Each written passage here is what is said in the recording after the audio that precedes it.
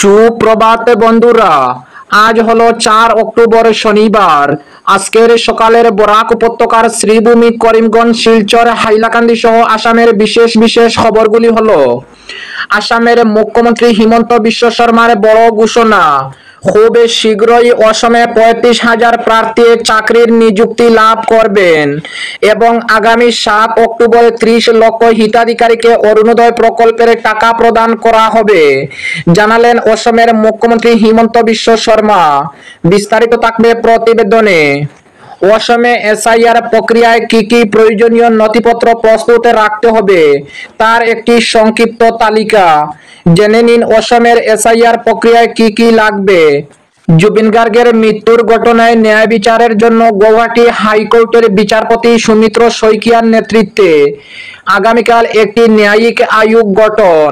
অসম রাজ্যের বন্যা পরিস্থিতি সমাধানের জন্য 692 কোটি টাকার অনুমোদন লাভ, জানালেন অসমের জল সম্পদ মন্ত্রী পীযূষ হাজারিকা।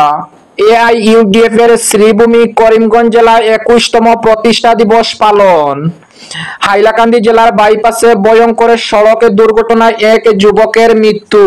শিলচরের দ্বিতীয় দিনেও চলছে প্রতিমা বিসর্জন, ভিড়ে ঠাসা শিলচরের পুরো শহর। আমায় ফাঁসানো হচ্ছে, জুবিনের ময়না তদন্তের রিপোর্ট আসতেই সুপ্রিম কোর্টের দ্বারস্থ অভিযুক্ত শামকানু মহন্ত। হাইলাকান্দিতে গতকাল মধ্যরাত পর্যন্ত প্রতিমা বিসর্জন বাসানে উপস্থিত ডিসি, এসএসপি ও পুরপতি। এবং বিহারে জোট বাঁধতে তেজস্বীর কাছে 35 আসনের আবদার সিপিআই ও সিপিএম এর।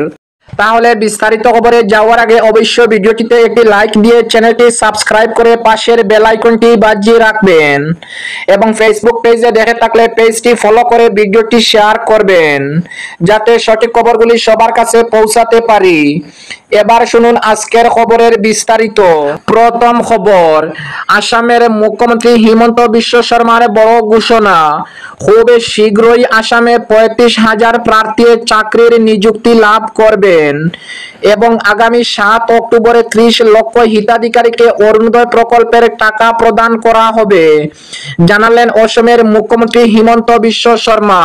মুখ্যমন্ত্রী হিমন্ত বিশ্ব শর্মা জানান যে রাজ্যে খুব শীঘ্রই 35,000 প্রার্থী স্বচ্ছ ও সুষ্ঠুভাবে অসম সরকারের নিযুক্তি লাভ করবেন।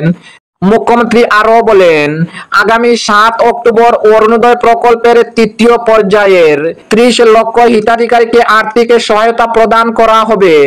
অপরদিকে অসমে এসআইআর প্রক্রিয়ায় কি কি প্রয়োজনীয় নথিপত্র প্রস্তুত রাখতে হবে তার একটি সংক্ষিপ্ত তালিকা জেনে নিন। অসমের এসআইআর প্রক্রিয়ায় কি কি লাগবে। এসআইআর 2025 এর প্রয়োজনীয় যে কাগজপত্র লাগবে, যাদের নাম 2025 ও 2002 এর ভোটার লিস্টে রয়েছে তাদের শুধু 2002 এর ভোটার লিস্টের কপি। যাদের জন্ম 1/7/1987 এর আগে কিন্তু 2002 এর ভোটার লিস্টে নাম নেই তাদের কি কি লাগবে। তাদের বাবা অথবা মায়ের 2002 সালের ভোটার লিস্টের কপি, নিজের একটি বৈধ পরিচয়পত্র এবং একটি রঙিন ফটো। যাদের জন্ম 1/7/1987 থেকে 2/12/2004 এর মধ্যে রয়েছে কিন্তু 2002 সালের ভোটার লিস্টে নাম নেই তাদের কি কি লাগবে। তাদের বাবা অথবা মায়ের 2002 সালের ভোটার লিস্টের তালিকা, বাবা অথবা মায়ের একটি ডকুমেন্টস, নিজের একটি রঙিন করা ফটো এবং নিজের একটি নথি ডকুমেন্টস লাগবে। যাদের জন্ম 2/12/2004 এর পর তাদের কি কি প্রয়োজনীয় নথিপত্র লাগবে। তাদের বাবা ও মায়ের দুজনের একটি করে ডকুমেন্টস লাগবে, নিজের একটি নথিপত্র লাগবে, নিজের একটি রঙিন ফটো। নথিপত্রের মধ্যে কি কি নথিপত্র প্রয়োজনীয় হিসাবে সঙ্গে রাখতে হবে তার একটি তালিকা। পেনশন পেমেন্ট অর্ডার কপি, দ্বিতীয়ত বার্থ সার্টিফিকেট, তৃতীয়ত পাসপোর্ট, চতুর্থত বোর্ড সার্টিফিকেট অথবা শিক্ষাগত যোগ্যতার প্রমাণপত্র, পঞ্চম পার্মানেন্ট রেসিডেন্ট সার্টিফিকেট অর্থাৎ স্থায়ী বাসস্থানের পরিচয়পত্র, ষষ্ঠত ওবিসি এসসি এসটি সার্টিফিকেট। এসব প্রয়োজনীয় নথিপত্র যদি থাকে তাহলে বই পাবেন না, কারণ এসব নথিপত্র থাকলেই এসআইআর প্রয়োজনীয় কাজ সমাধান সম্ভব হবে। অপরদিকে জুবিন গার্গের মৃত্যুর ঘটনায় ন্যায় বিচারের জন্য গৌহাটি হাইকোর্টের বিচারপতি সৌমিত্র শইকীয়ার নেতৃত্বে একটি ন্যায়িক আয়োগ গঠন। জুবিন গার্গের মৃত্যুর ঘটনার ন্যায় বিচারের জন্য গৌহাটি হাইকোর্টের বিচারপতি সৌমিত্র শইকীয়ার নেতৃত্বে একটি ন্যায়িক আয়োগ গঠন করা হবে। অসমের মুখ্যমন্ত্রী হিমন্ত বিশ্ব শর্মা কিছুক্ষণ আগে সামাজিক মাধ্যম যুগে জনসাধারণকে সম্বোধন করে একথা জানিয়েছেন। তিনি জানান যে এই শিল্পীর মৃত্যুর ঘটনায় ন্যায় বিচার নিশ্চিত করার জন্য অসম রাজ্য সরকার হাইকোর্টের বর্তমান একজন বিচারপতির নেতৃত্বে একটি আয়োগ গঠন করতে মুখ্য বিচারপতির কাছে অনুরোধ জানিয়েছেন। এই অনুসারে আজ এই আয়োগ গঠন করা হবে বলে জানান অসমের মুখ্যমন্ত্রী হিমন্ত বিশ্ব শর্মা।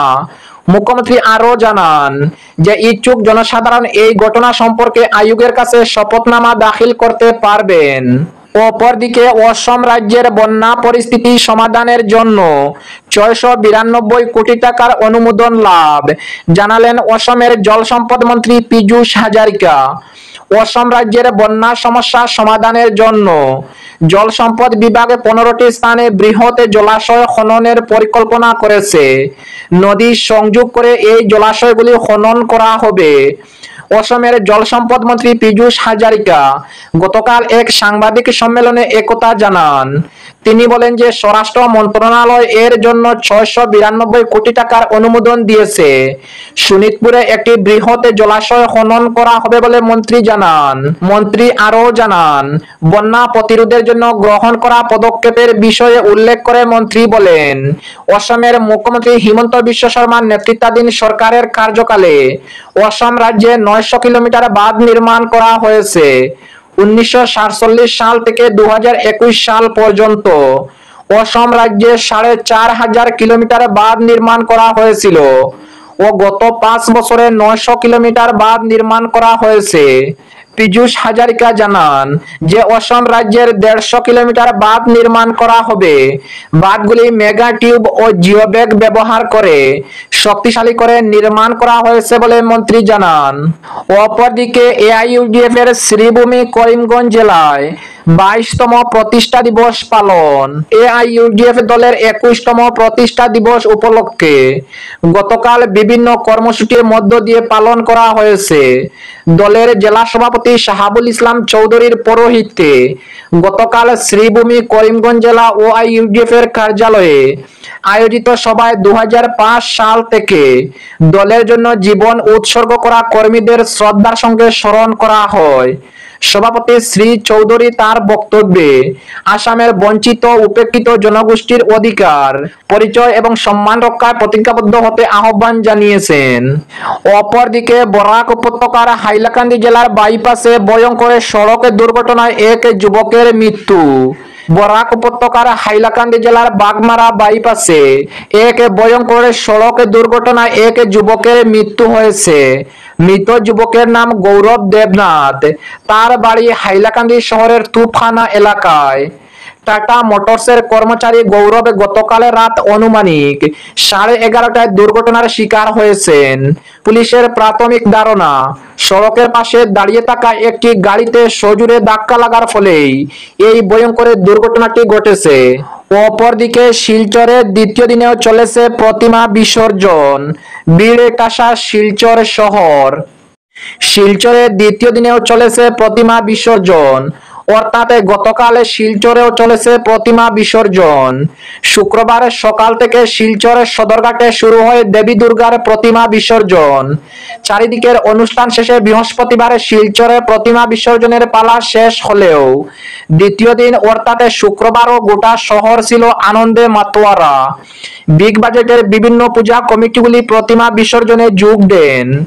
এতে শিলচরের সদরঘাট এলাকায় পুলিশ, সেনাবাহিনী, রোমিও স্কোয়াড, এনডিআরএফ ও এসডিআরএফ এর বাহিনী দিয়ে নিরাপত্তার চাদরে মুড়া দেওয়া হয়েছে।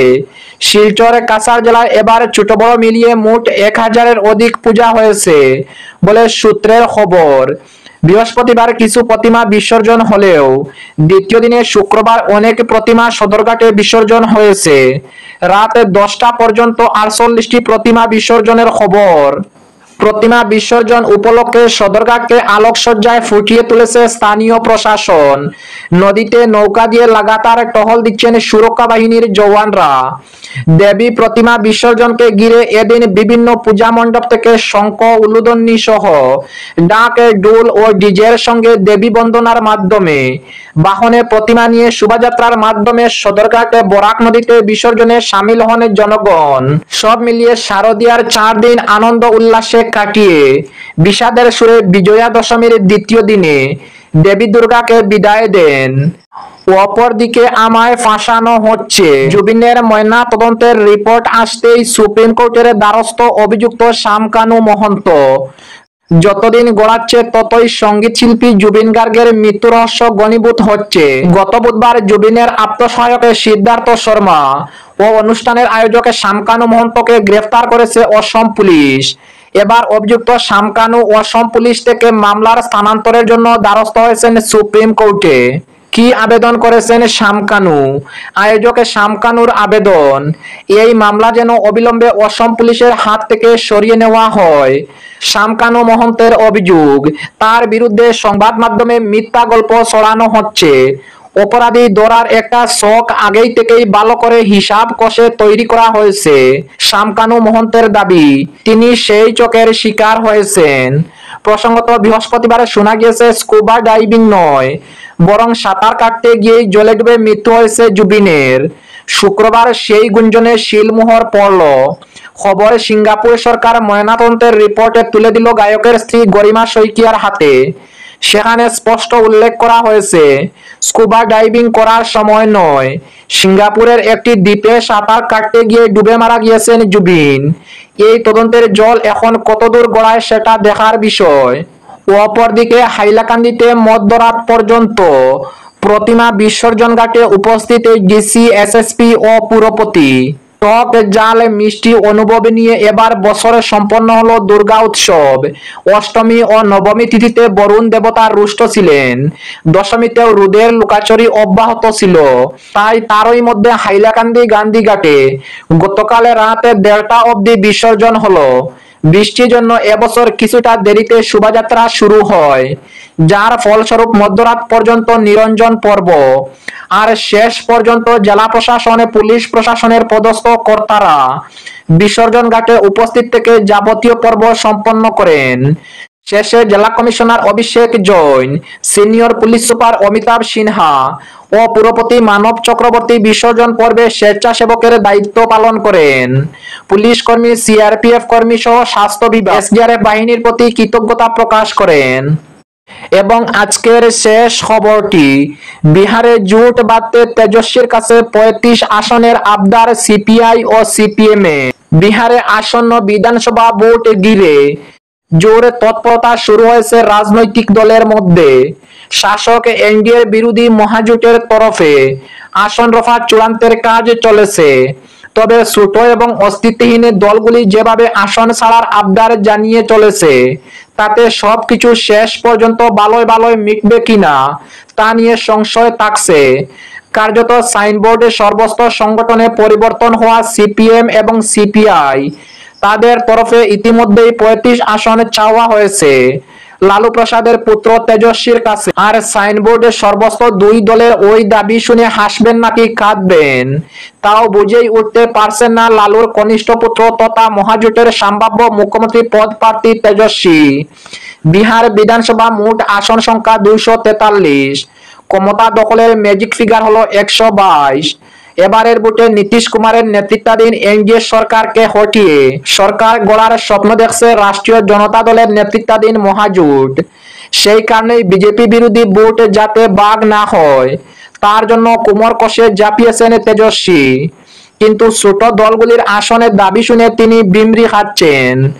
5 বছর আগে সিপিআই 6টি আসনে জিতে 2টি আসনে জয় পেয়েছিল। এবার দলের তরফ থেকে এক ধাক্কায় 24 আসনের দাবি করা হয়েছে। সিপিআই এর রাজ্য সম্পাদক রাম নরেশ পান্ডের কথায়, জোটের সময় দলগুলি তো আত্মত্যাগ করতেই হবে।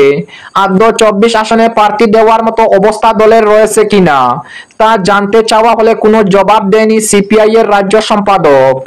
তবে সিপিএম এর তরফে সিপিআই এর মতো আকাশ কুসুমে দাবি করা হয়নি। দলের তরফে 11 আসনের দাবি জানানো হয়েছে। এবার 4টি আসনে লড়াই করে 2টি আসনে জেতার পরে কিভাবে 11 আসনের দাবি করেছেন এ নিয়েও কোনো যুক্তিগ্রাহ্য ব্যাখ্যা দিতে পারেননি সিপিএম এর রাজ্য সম্পাদক।